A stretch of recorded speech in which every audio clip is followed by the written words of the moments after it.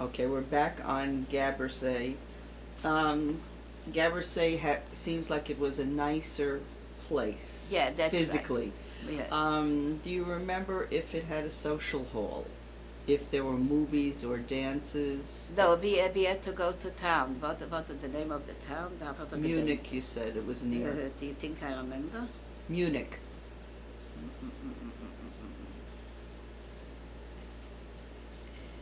You said it was.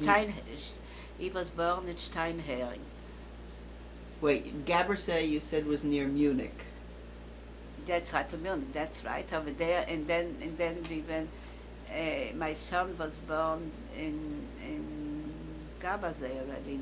Then this was in the hospital there. Over there it wasn't a hospital. Near what town was it? Welcher town is it gewesen? To tell you the truth, I haven't got the slightest idea how close we were to our town.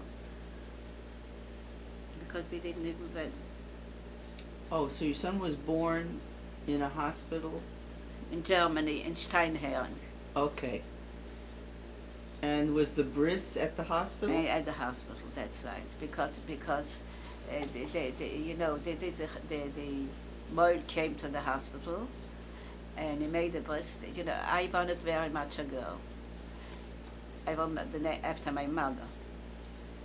When even he was born, so I said no matter what, I changed it from Esther to Issa. So that when I was in the hospital there Friday, and I delivered him Sunday in the afternoon. So this was unknown, actually a convent. This hospital was in a convent. So all the crosses, all on all the walls and with nuns. We came in. There was not too many Jewish people were there. During Germans' time. So we came in. We came in. Yes, and I was in the hospital, and she came in. She looked at him, and then the bris, so the director from the hospital. They never had a bris there. So they asked me, what do you want? I wanted a girl, you see, and they predicted all the friends, but it's round and and I was sleepy. That's a girl for sure. Sure enough, we should be well. It came a boy.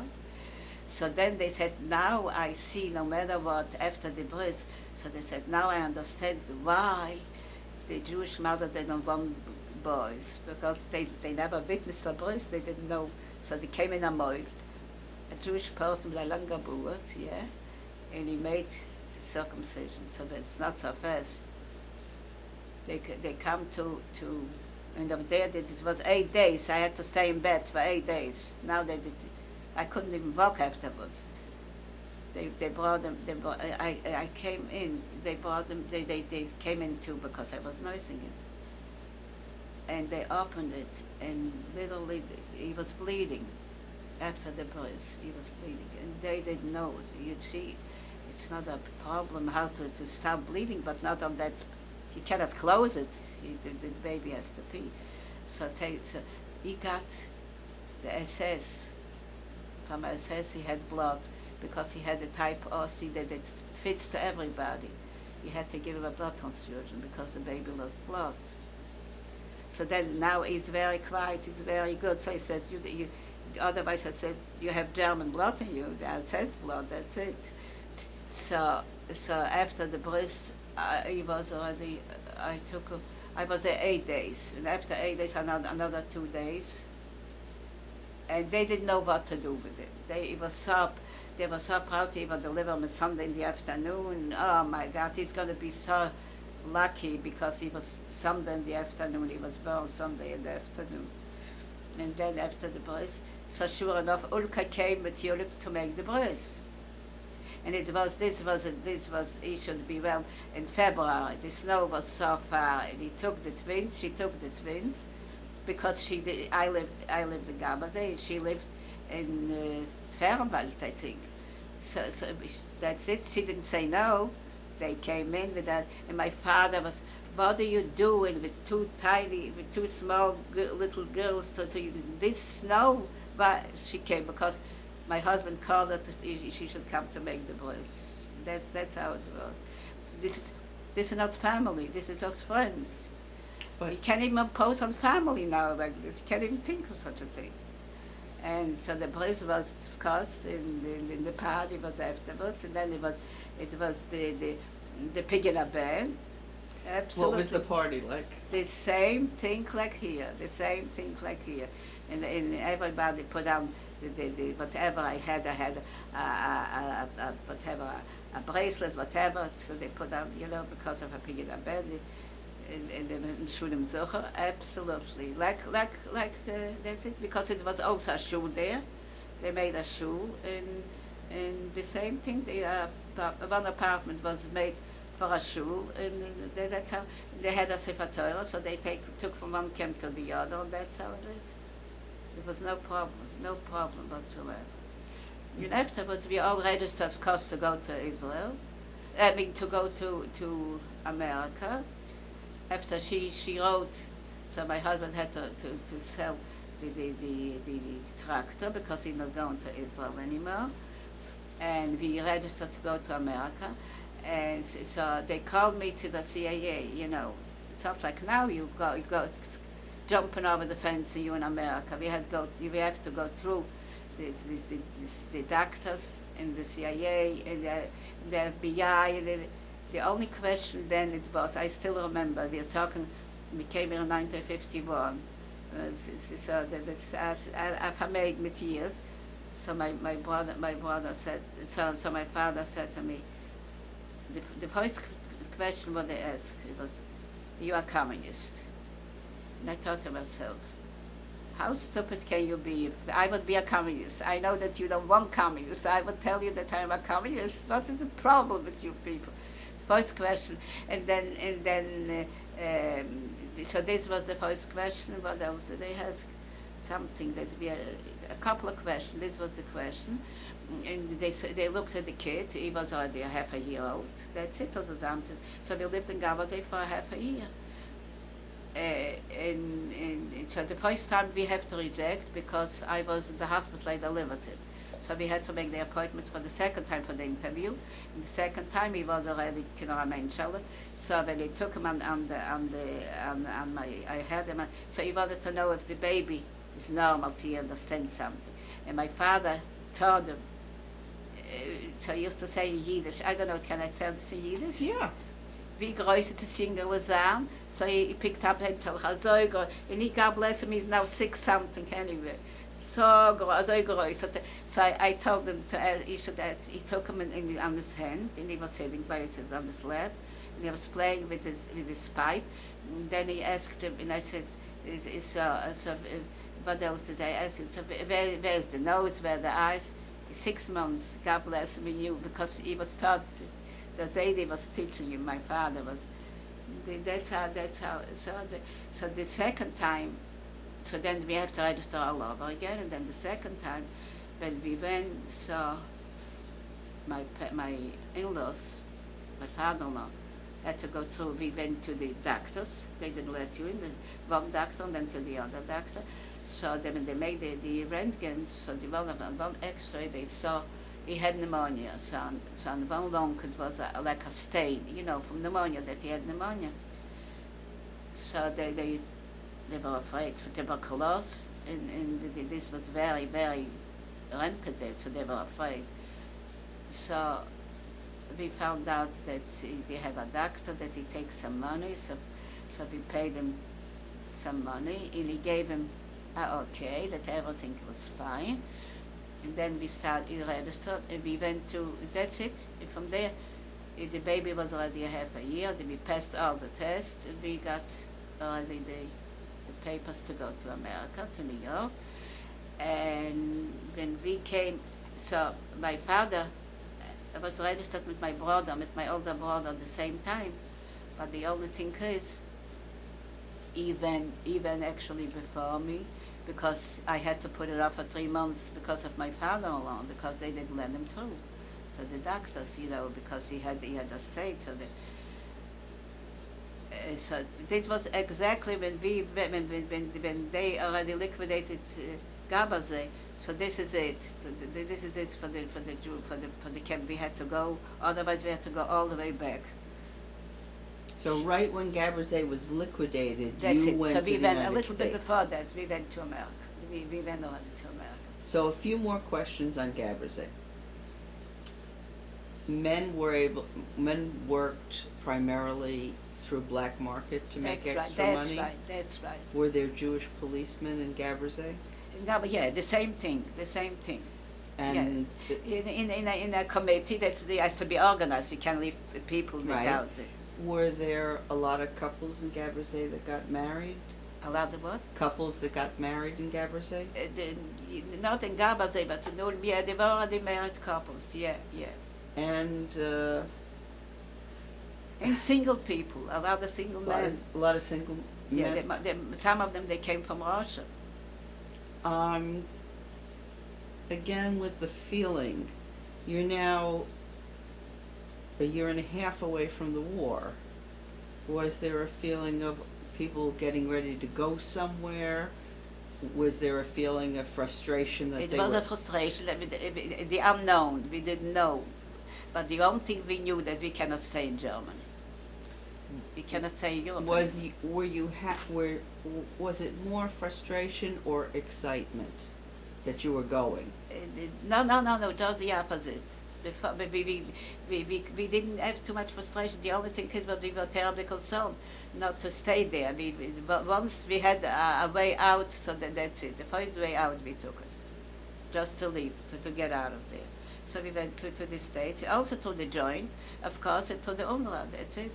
That's it. They gave us the papers, all the papers they got, and they were the co-signers. Actually, the co-signers that we didn't have to go to get food stamps. I didn't even know that they had them food stamps. In both Gaberzé and Ulm, The same thing. No, the no, same thing. it's a new question. Was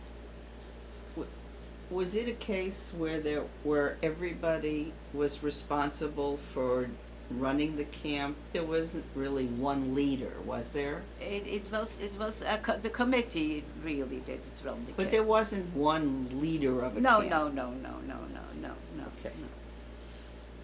Let me just see.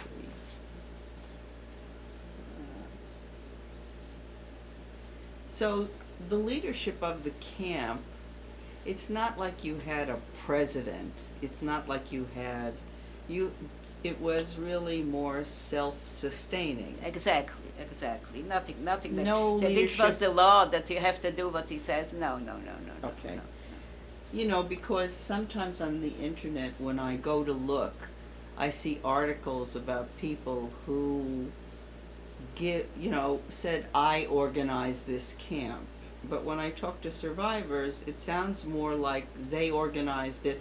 Whoever wanted to play the harmonica or organize the band made the band. Exactly. Is that more or less how it was? Exactly. Okay. And the other thing, in Gaberzé, was there any pressure, Zionist pressure, any organized pressure to go to Israel? No, we didn't have this. Okay. Now,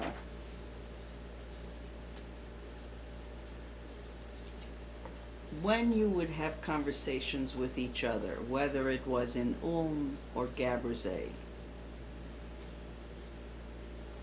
were you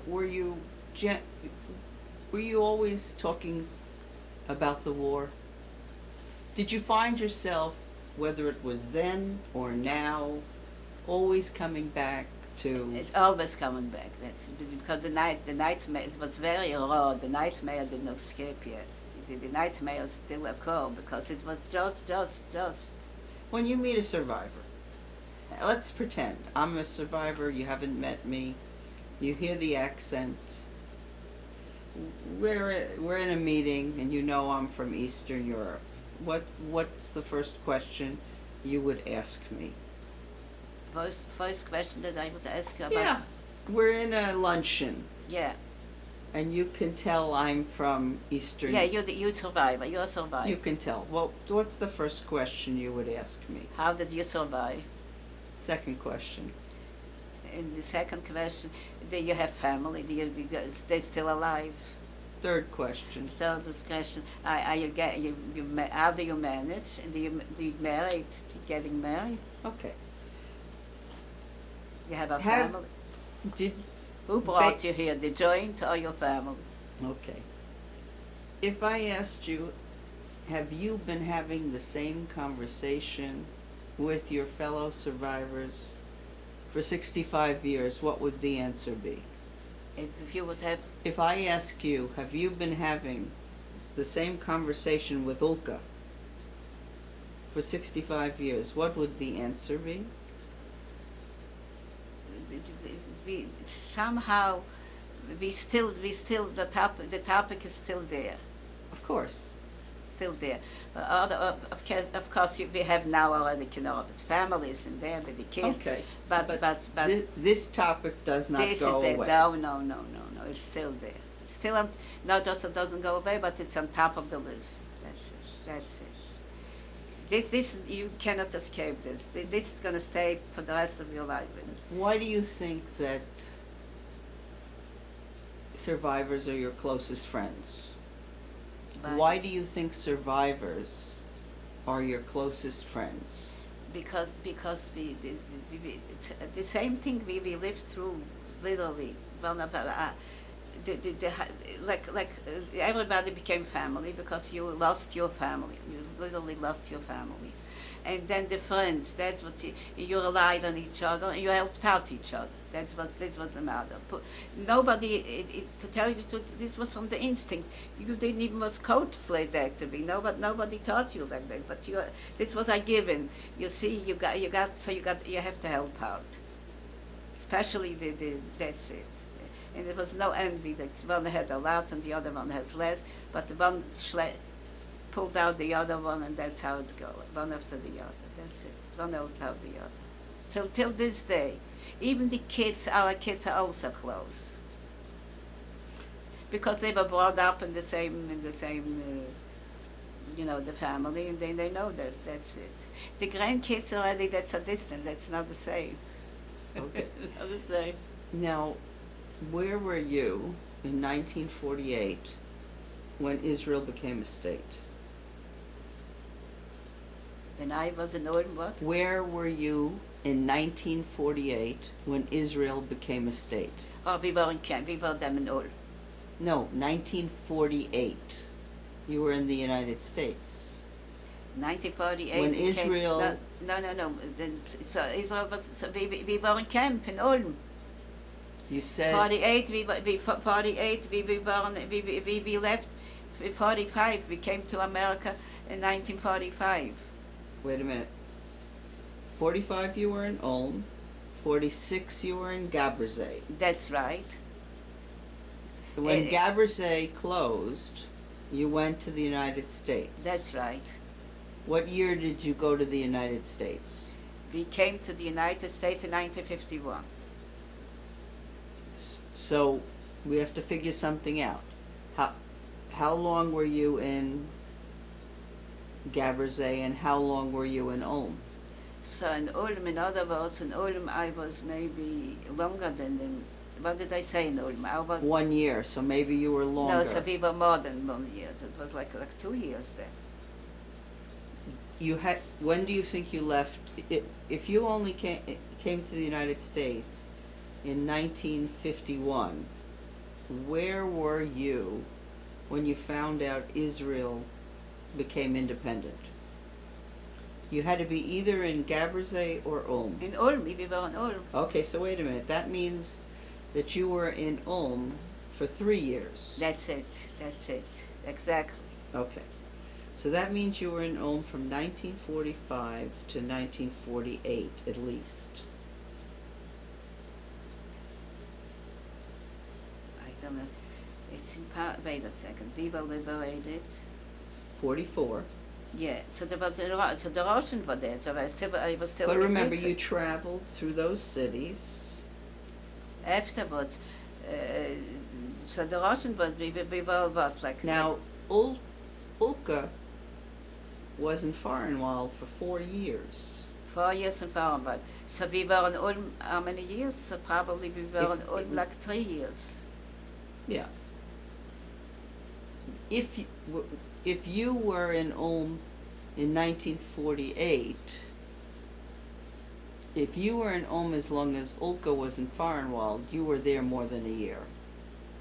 So wait a second. But Ulka went to Farnbad and we went to Gabazay. Where did we go again?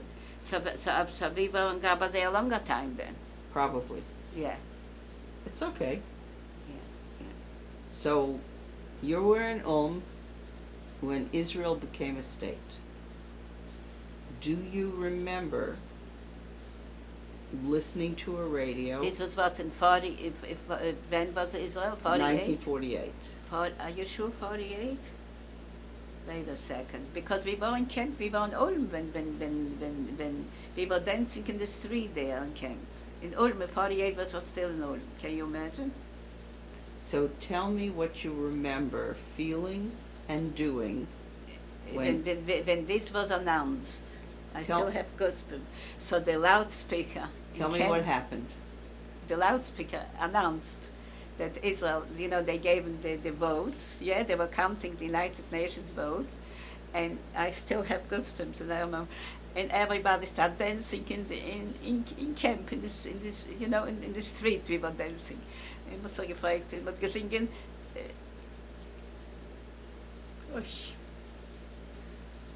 We were, yeah, so we were still in Ulm. Oh my God! You see, I don't even remember how long we were there. It's okay. What did you feel? Oh, it was a party. Everybody was overwhelmed with the music and in the street. And What did it mean to you? That's it. We have where to go.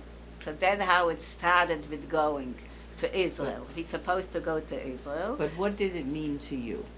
That we have a homeland. That's it. We are. That's it. Nobody can chase. So if not for my sister-in-law, we would be in Israel now, for sure. Because then my husband bought the tractor, yeah, and we wanted to go to Israel.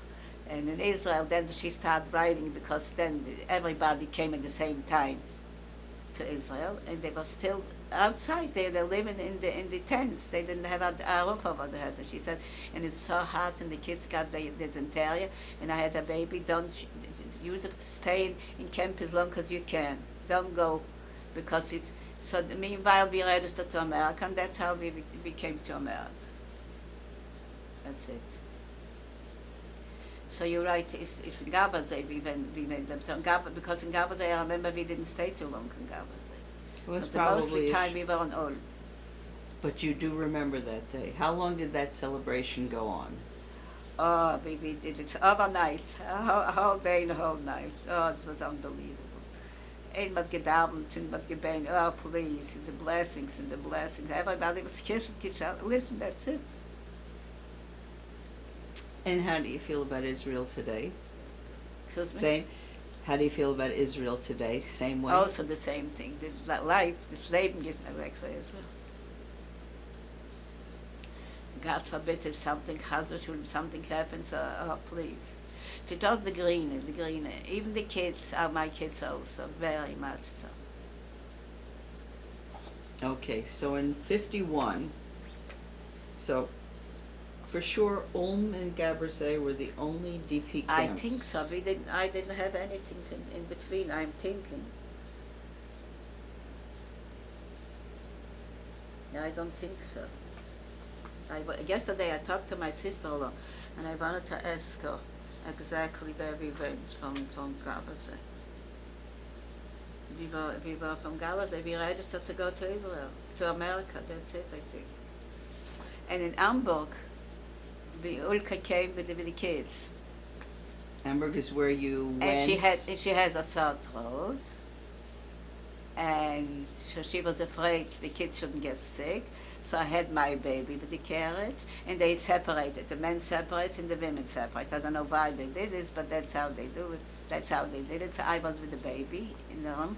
So Ulka brought in the twins, with the carriage with the twins, and they were also, I had 3 babies. Till we went on the boat So you went together. together, on the boat together. Okay, That's so- why, how closer can you be already? So you arrived in America, and who? She came, she had family there, Right. and who? took her out. And who picked you up? The joint. Okay. Uh, And the, they the, took the, you. the Hayas, that was the name of the Hayas. Right. And they took you to a hotel? Yeah, this was on the 23rd Street, some hotel. Yeah, okay, we stayed there till we got the apartment in Brooklyn. So how did we get to Brooklyn?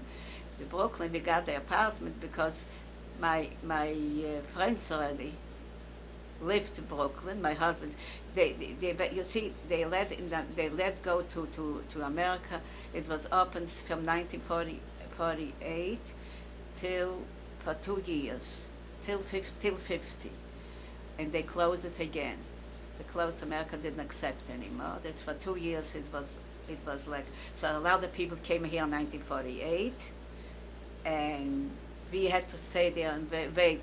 I didn't wait because I couldn't go anyway. Meanwhile, I had the baby, so we couldn't go. So he should be well. When we came here, he was a year old. On the boat, he was a year old. In March, we left on March.